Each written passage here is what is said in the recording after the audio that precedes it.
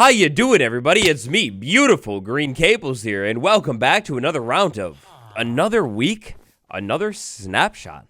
Actually, today we're going to talk all about it and a couple other big things you need to know about. Tap like, buckle up, and let's hit the gas.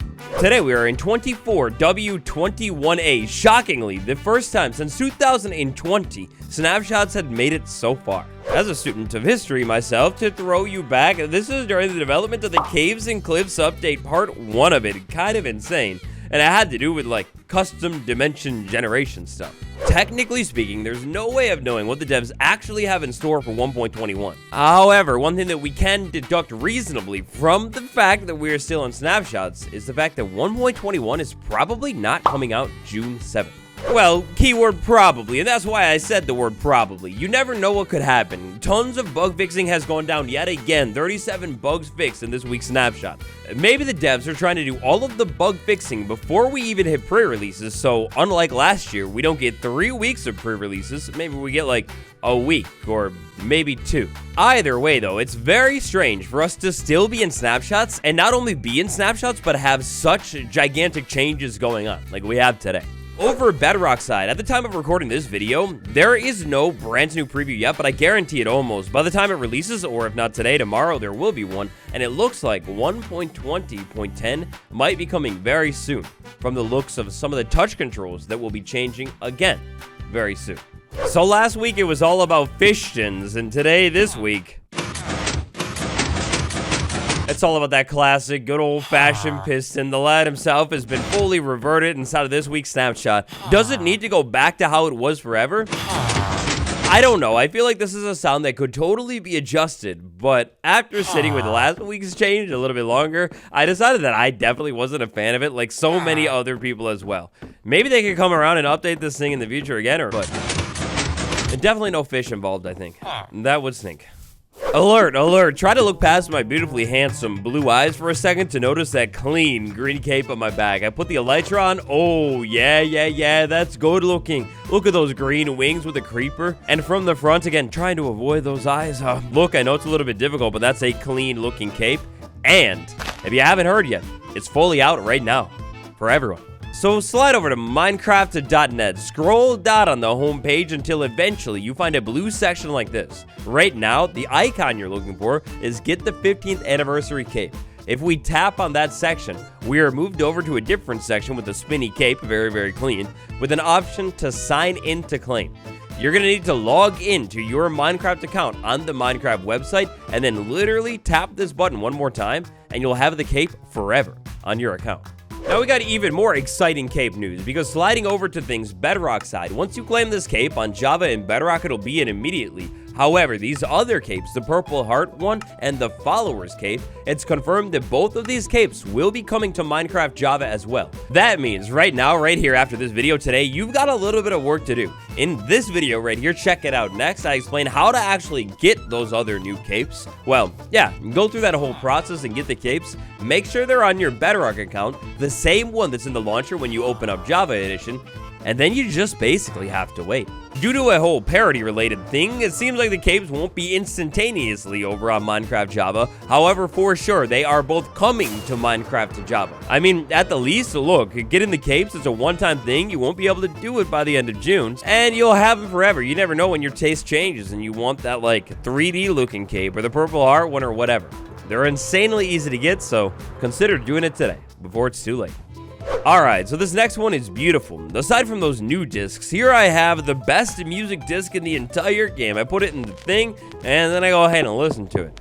This right now is going to sound plain old classic and unmodified, and that's because I have unmodified it. One of the largest and proudest things inside of this week's snapshot is the data-driven jukeboxes. If I do interpret all of this technical mumbo-jumbo correctly, I believe data-driven jukeboxes means it is much easier to add a jukebox song to the registry with data packs. You always wanted to listen to the Bop of the Summer, Espresso by Sabrina Carpenter in Minecraft. Well, now you could modify the game and do that. When you do this, you're going to have a sound event, you're going to have a description of whatever that thing is, you're going to have however long that thing will play for, and then you have a comparator output option as well. Espresso being espresso, it's probably like a 15. To make all of this possible behind the scenes, we have a brand new item component called the Jukebox Playable. This theoretically could be any item in the game. Or at least I think it could be. If I modified the game correctly, pulled it all off, I could take a turtle scoot. You know, pretty useless item. I could go ahead and give it another use by making it sound like espresso, put it in the jukebox, and then it plays the Sabrina Carpenter song of the summer.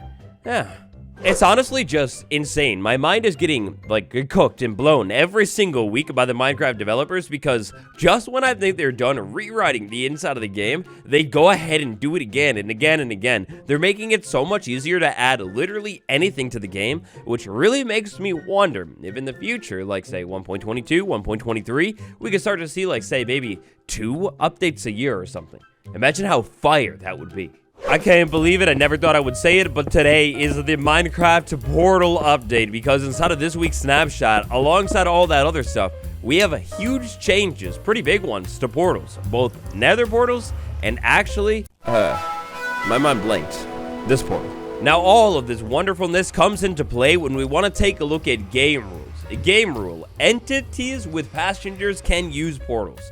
By default, this game rule is going to be set to false when you create a world. However, if I were to say modify that game rule, turn it to true, then let's say I thought about things, I had immaculate foresight and maybe built the portal smooth and even with the ground, right? Then let's say I had a boat and maybe a villager and I was trying to move that villager around my world in 100% survival Minecraft. Well, I get the villager in the boat, I get in the boat, I have that game rule set to true. There's 2 entities inside of this container.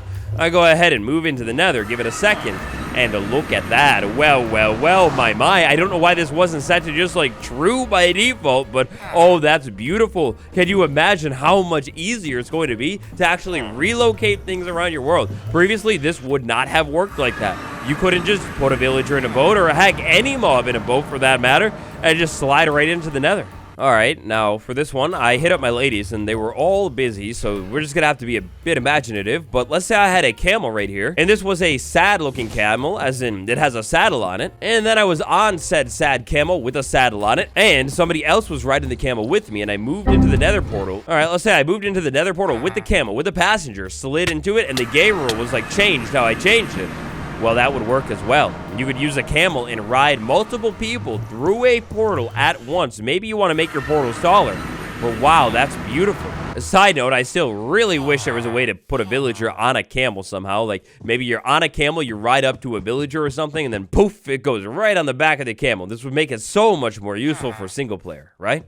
Anyways, though, this is a huge portal update and changes a bug that is literally ancient. On the changelog, how it's always done is these bugs are listed in order of newest ones all the way down to the bottom, oldest ones at the top, 67. 67. Well, alrighty, this bug is one of the oldest, or the oldest bug that I've ever seen since I've started making snapshot videos. This is from Minecraft 1.4.2. This was first reported before the world ended on 24th October of 2012. Now, I hate to be a buzzkill, but on the changelog right here, this does mean that something like a spider jockey could theoretically go through your nether portal now as well, which is too bad and dangerous. But I mean, whatever. You can't win them all. Either way, this is beautiful, and I'm just so surprised that this wouldn't be enabled by default. Maybe when you create a world in 1.21, if you're starting fresh, you gotta take a close look at those game rules. Do the snow layer one, maybe do the portal one or whatever, but yeah, that's beautiful.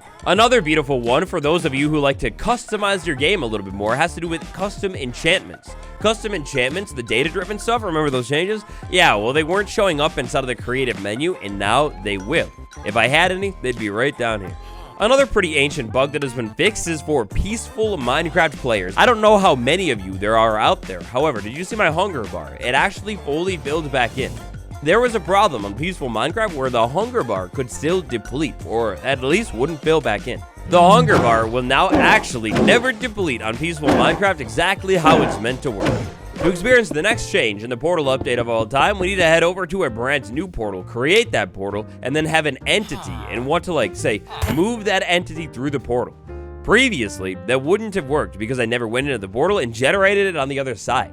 Entities will now be able to go into portals, linked or unlinked, and generate them, all of them. Armadillo, baby armadillo. I run around and they're both inside of their shells. They're very terrified. While they're terrified, I can no longer feed the armadillos that are inside of the shells. It's not gonna work.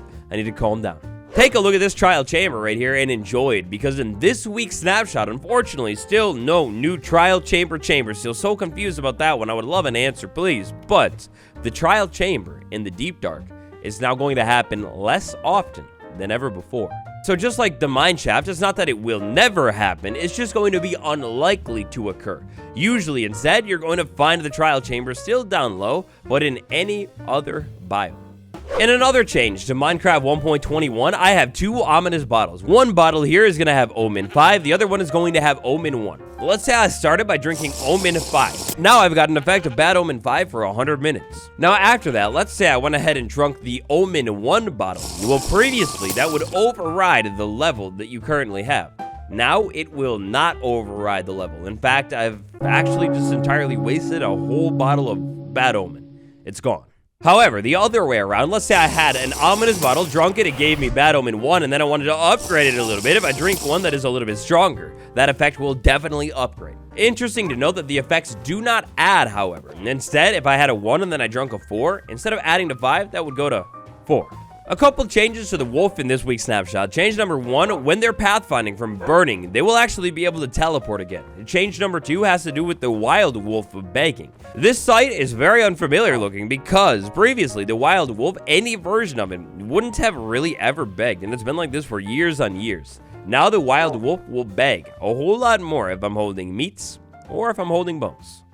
So, Minecraft Snapshot 24w21a, how many of them more will there be, I wonder. Next up, check out the giveaway video, because this stuff is a limited edition and only going on for so long. Tap like and subscribe for more. If you really love what I do and you want to support me even more directly, consider tapping the join button for some cool rewards. A little bit more info when you tap join. Thanks for watching, it's been me, Waddles, and I'll see you all tomorrow.